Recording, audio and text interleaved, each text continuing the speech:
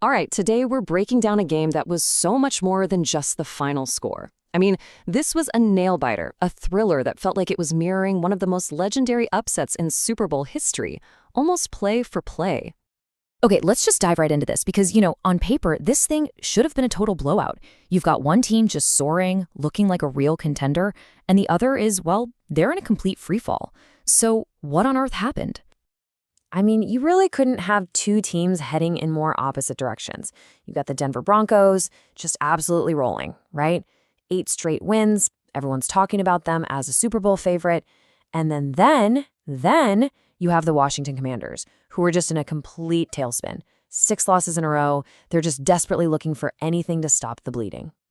And look, this mismatch wasn't just about their records.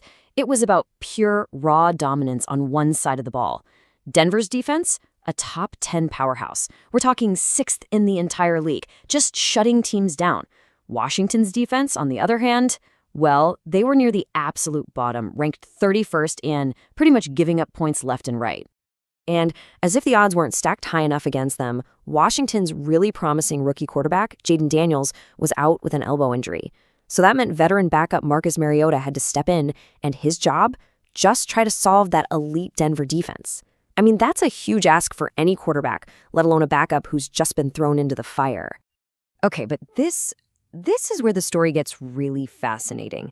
Because this exact scenario, a heavily favored Broncos team facing off against a massive underdog Washington team led by a backup quarterback, this had happened before. And it happened on the biggest stage imaginable. Yeah, let's rewind to Super Bowl 22. The script, at first, it played out exactly like everyone thought it would. The legendary John Elway and the Broncos, they jump out to a 10-0 lead. And it really looked like a coronation was underway. Game over, right?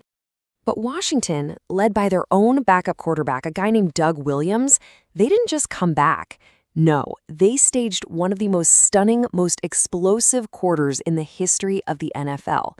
They completely flipped a script on this game and made some serious history in the process.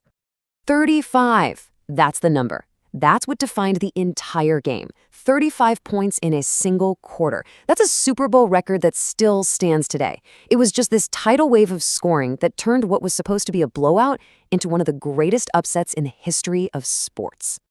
So, you see where this is going, right? With the stage set in an almost identical fashion, all these decades later, the question hanging over this game was just electric. Could this underdog Washington team, with their own backup QB, somehow channel the spirit of '88 and pull off the impossible all over again? And man, from the very opening kickoff, it was crystal clear that Washington was not just going to roll over and follow the script. Led by Mariota, they came out swinging. They were trading blows with the heavily favored Broncos right from the very start. This was going to be a fight. Time and time again, Washington's offense just kept finding ways to answer Denver's potent attack.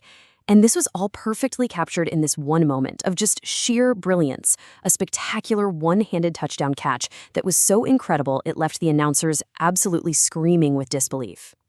This thing was such a slugfest. This back-and-forth battle was so intense that 60 minutes just wasn't enough to settle it.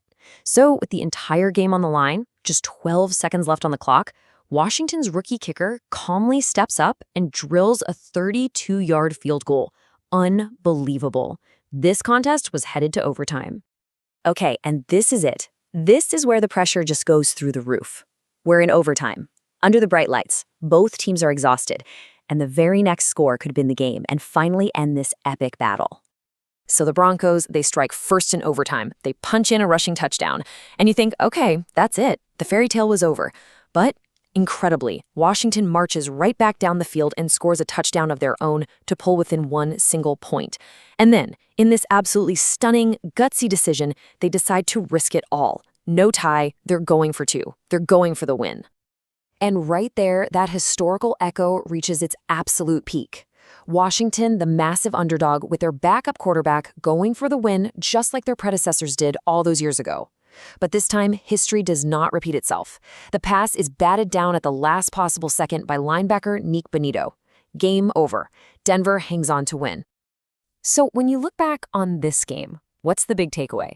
Well, this one's going to be remembered not just for its thrilling finish, but for that incredible story that was playing out just beneath the surface. It was all about legacy, pressure, and the ghosts of the past.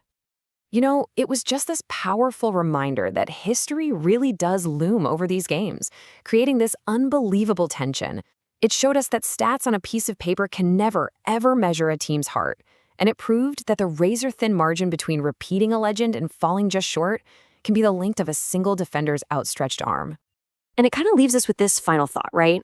In these moments of extreme, unbelievable pressure, are athletes driven more by the weight of the stories that came before them, or by that burning desire to defy all of that history and write a new chapter all their own?